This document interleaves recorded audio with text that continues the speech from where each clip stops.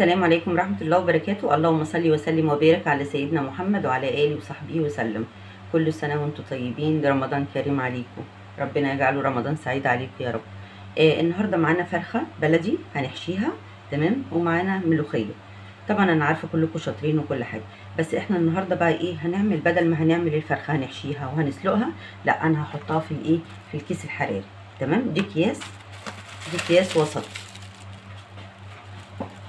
او ممكن باين تكون صغيره يا دوبك، هي على قد الفرخه. تمام، هنحشي فيها، هنحشي الفرخه وهنحطها فيها. تمام، ومعانا ملوخيه. معانا الملوخيه دي هنعمل ايه بقى؟ بصوا حبايبي، بدل بقى ما نخرطها في الملوخيه، انا بجيب كيس كده نضيف من بتاع السندوتشات ده الكبير، وبحط فيه الملوخيه. تمام اهو، بصوا، لا في حاجه بقى منكم هتتوسخ ولا حاجه، هتتحط كده في الكيس وهتتخرط خرطه محترمه، تبقى جميله جدا. بس ادي كده معانا الملوخيه اهي. تمام اهي كده، وهنخرطها، هتخرط معانا، هتبقى جميله جدا وهتبقى سهله معانا في العمايل، عما نقعد نحطها في صينيه. ومعانا بصلايه هنا دي، ومعانا هنا الكبد والقوانص، هشوح بيها البصل ونحشي بيها الفرخه. تعالوا بقى معايا نشوف هنعمل ايه على البوتاجاز. بصوا حبايبي، احنا بقى كده ايه، حطينا حله هنشوح فيها البصلايه. تمام، وهنعمل ايه، شويه رز بشعريه كده في السريع.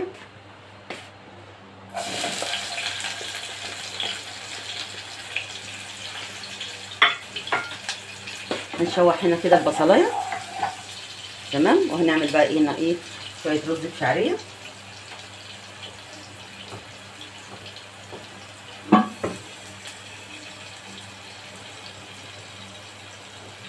نحط كده حته سمنه بلدي كده حلوه.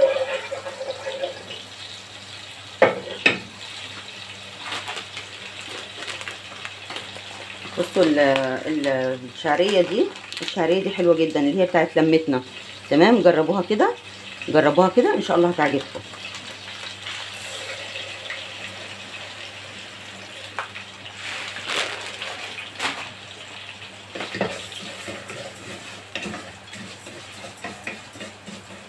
بصوا بقى، انا هحمر الشعريه وهشوح البصلايه، احط فيها الكبد والقوانص، وهرجع لكم تاني بقى ايه، نحشي الفرخ. ماشي حبايبي؟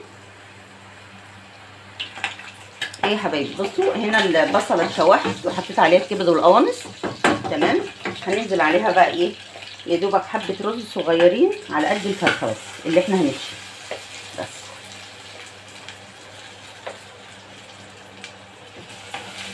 ده كده الرز اللي احنا هنحشي بيه الفرخه. خلاص، وهنا الرز معانا، الشعريه معانا اتحمرت زي ما انتم شايفين، واخده اللون الذهبي ده. هننزل بالرز.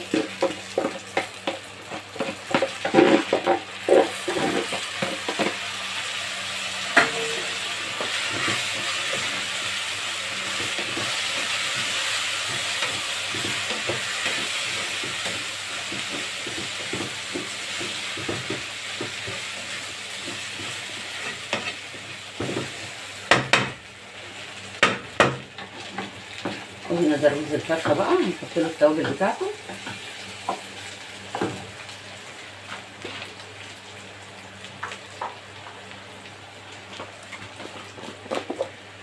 هنحط معلقه 7 بهارات، بس معلقه بصوا صغيره مش معلقه كبيره، المعلقه اللي هي بتاعت التوابل دي.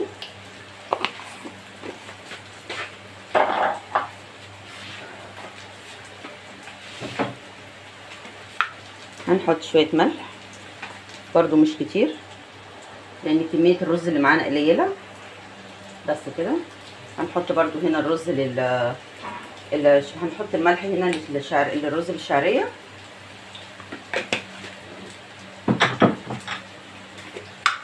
هنحط فلفل اسمر على الرز بتاع الحشو.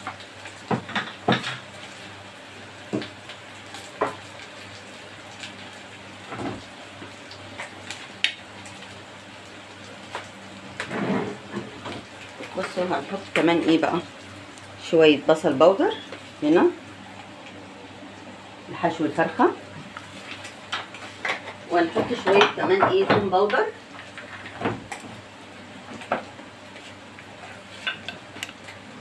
بصوا حاجه كده يا دوبك على حرف المعلقه، مش كتير. شايفين حبه قد ايه صغيرين ازاي؟ بس كده.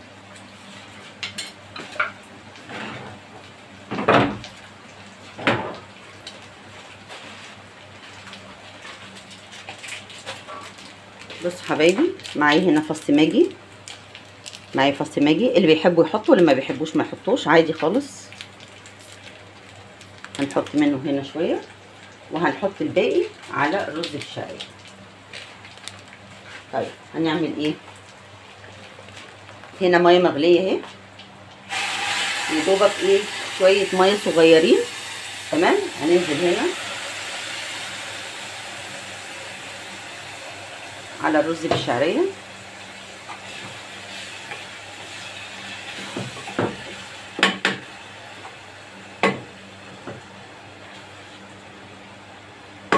كده شويه كمان، بس 5 دقايق الرز، بس ايه الميه بتاعته تتشرب اللي هو بتاع الحشو، وهنطفي عليه وهنبدا نحشي. خلاص.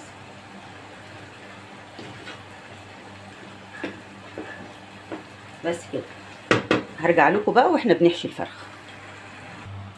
ايه يا حبايبي، بصوا احنا عملنا الرز اهو بتاع الحشو، شايفين اللون بتاعه؟ ماشي. عملت بالكبد قوانص زي ما وريتكم. تمام. هنبدا بقى ايه نحشي. هنحشي القلب من الاول، هنحشي القلب بتاعه كده من جوه. تمام. وبعد كده هنبدا نحشي ايه تحت الجلد.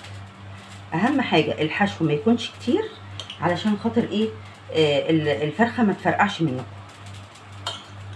بصوا بقى، انا موسعه تحت الجلد اهو زي ما انتم شايفين. شايفين انا موسعه كل الفرخه تحت الجلد اهو. طبعا حطاها في محلول النقع بتاعنا اللي احنا بنحطه ملح وخل وسكر والكلام ده. ماشي. سبتها يجي ساعتين فيه، وبعد كده مسكتها دعكتها.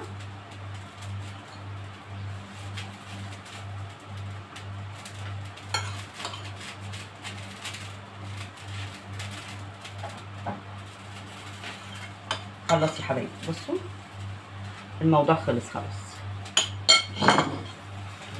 هنبدأ بقى ايه نفرد بقى كده.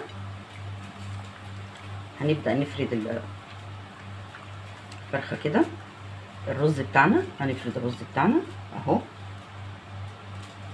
تمام. هنبدأ بقى ان احنا ايه نكتف الفرخة.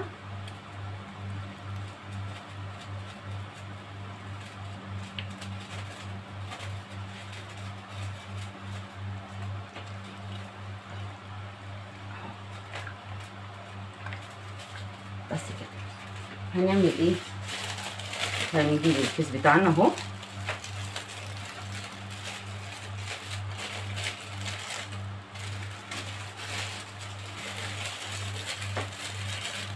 افتح يا عم في ايه.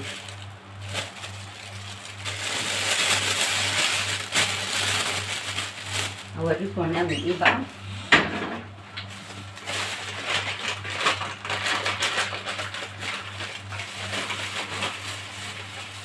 بصوا حبايبي، علشان خاطر الفرخه ما تلزقش في الكيس، احنا بنعمل ايه؟ بصوا ده شويه دقيق، دول شويه دقيق. بصوا اهو كده اهو، بنرج الكيس كده، بنرج الكيس شمال ويمين كده. وبعد كده هنفضي الدقيق ده. عملنا كده ايه زي بطانه من جوه في الكيس. هنبدأ ان احنا نحط الفرخة.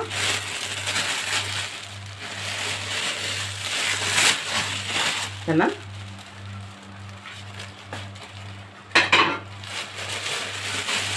اهي ماشي. مش عارفة طبعا هو المفروض بتتعمل بالبتاع بتاعها ده اللي بيتربط دي، المشبك بتاعها اللي بيتعمل بيه، بس مفيش مشكلة. بصوا بقى هنعمل ايه. هنيجي كده بسن السكينة نعمل فتحات.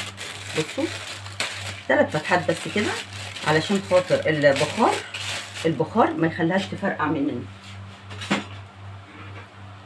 بصوا نجيب الصينيه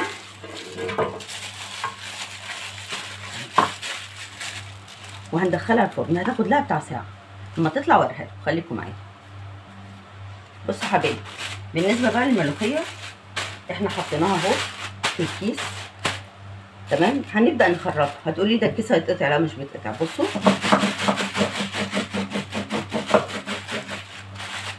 والله سهل جدا، ولا فرن بقى في الكبه ولا في صينيه، لا كده وبتفضوا من الكيس على الحله على طول. بصوا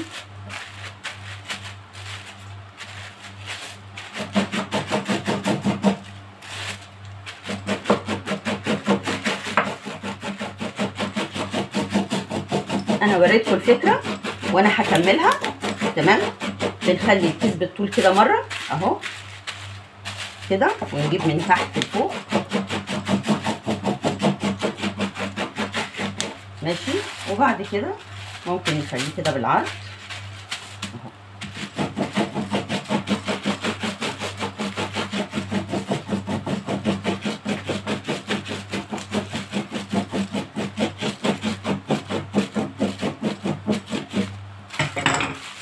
بصوا انا هكملها بقى، وهوريها لكم لما هاجي اسقطها في الشوربه هتبقى عامله ازاي.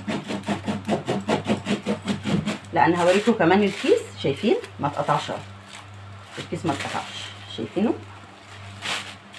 انا هخلصها وهرجع لكم بقى تاني وانا بسقطها في الشوربه. ايه يا حبايبي، بصوا بقى هنبدا نعمل الملوخيه. بصوا بننزلها الاول تحت خالص كده كلها، تمام اهي كده.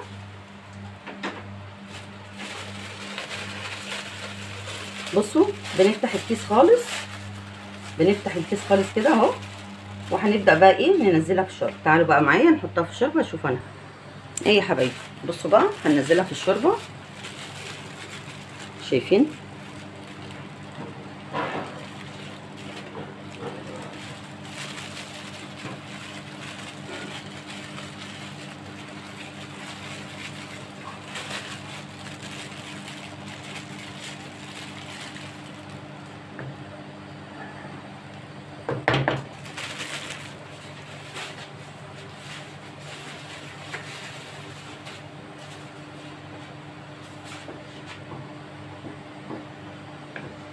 بصوا عشان كان ايه في ناس تقولك ايه الملوخيه لما بتتعمل في الكيس بتسود، شايفين لونها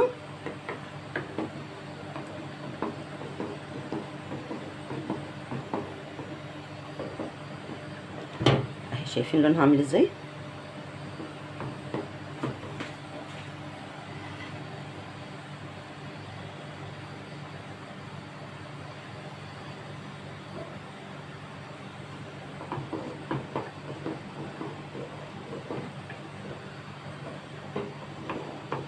طبعا ما نخليهاش تفور، لانها لو فارت هتسقط منكم تحت.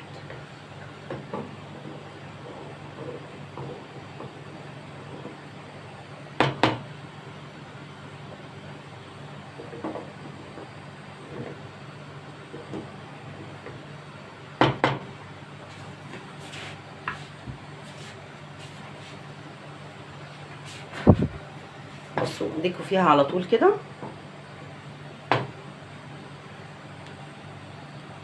خلاص انتوا كده عرفتوا الفكره ايه اهي، زي ما انتوا شايفين. انا قلت اوريها لكم واوريكم الخرط بتاعها عامل ازاي، تمام. يلا هعمل بقى التقليه. طبعا التقليه بنحط توم وكزبره، ماشي.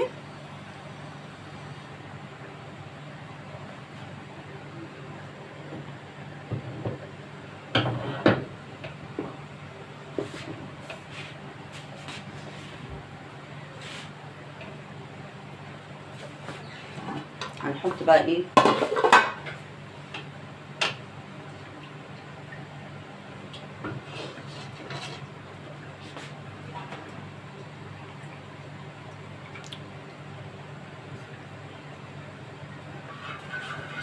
بصوا حبايبي، حطينا اهو سمنه بلدي، اي سمنه، اي ماده دهنيه متوفره عندكم حطوها.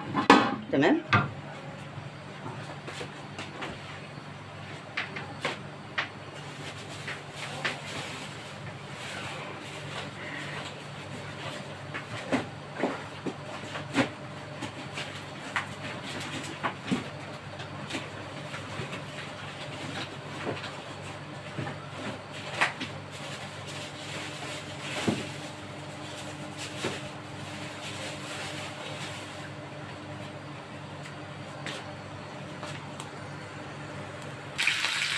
بصوا حبايبي انا حطيت الثوم اهو.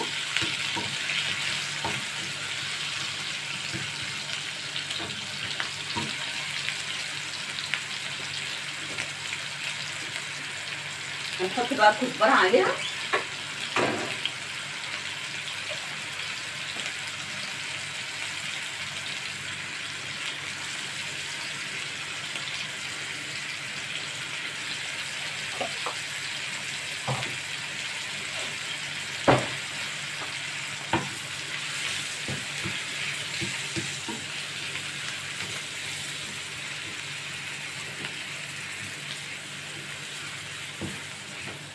تاخد اللون الذهبي ونطفي عليها على طول.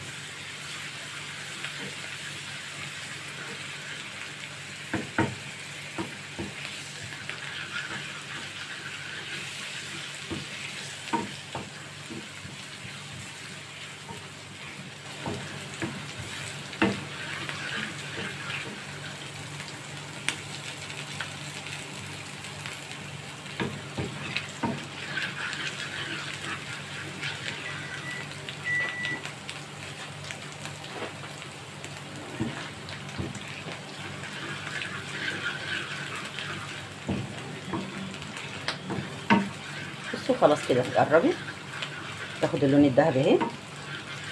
طبعا ما نسيبهاش لما تغمق، لانها لو غمقت هتمرر الملوخيه معانا. تمام يا حبايبي. بسم الله الرحمن الرحيم. سامعين؟ اهم حاجه الطشه دي كده، اهم حاجه الطشه دي. تمام. بصوا شايفين شكلها؟ طبعا بناخد ايه، بناخد كبشه ملوخيه كده. اهم حاجه الحبه دول. تمام. بس كده.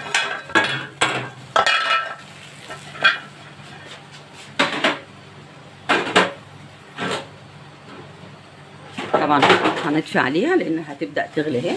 تمام.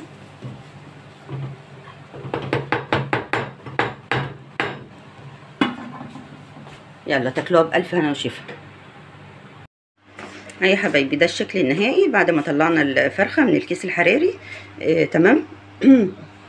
مستويه بقى لها يجي اكتر من ساعه في الفرن، بتاخد بتاع ساعه وربع. تمام. شايفين؟ يا رب تعجبكم ان شاء الله، تجربوها وتعجبكم، واللي يعجبه الفيديو ما ينساش يشترك عندي في القناه. شكرا. السلام عليكم ورحمه الله وبركاته.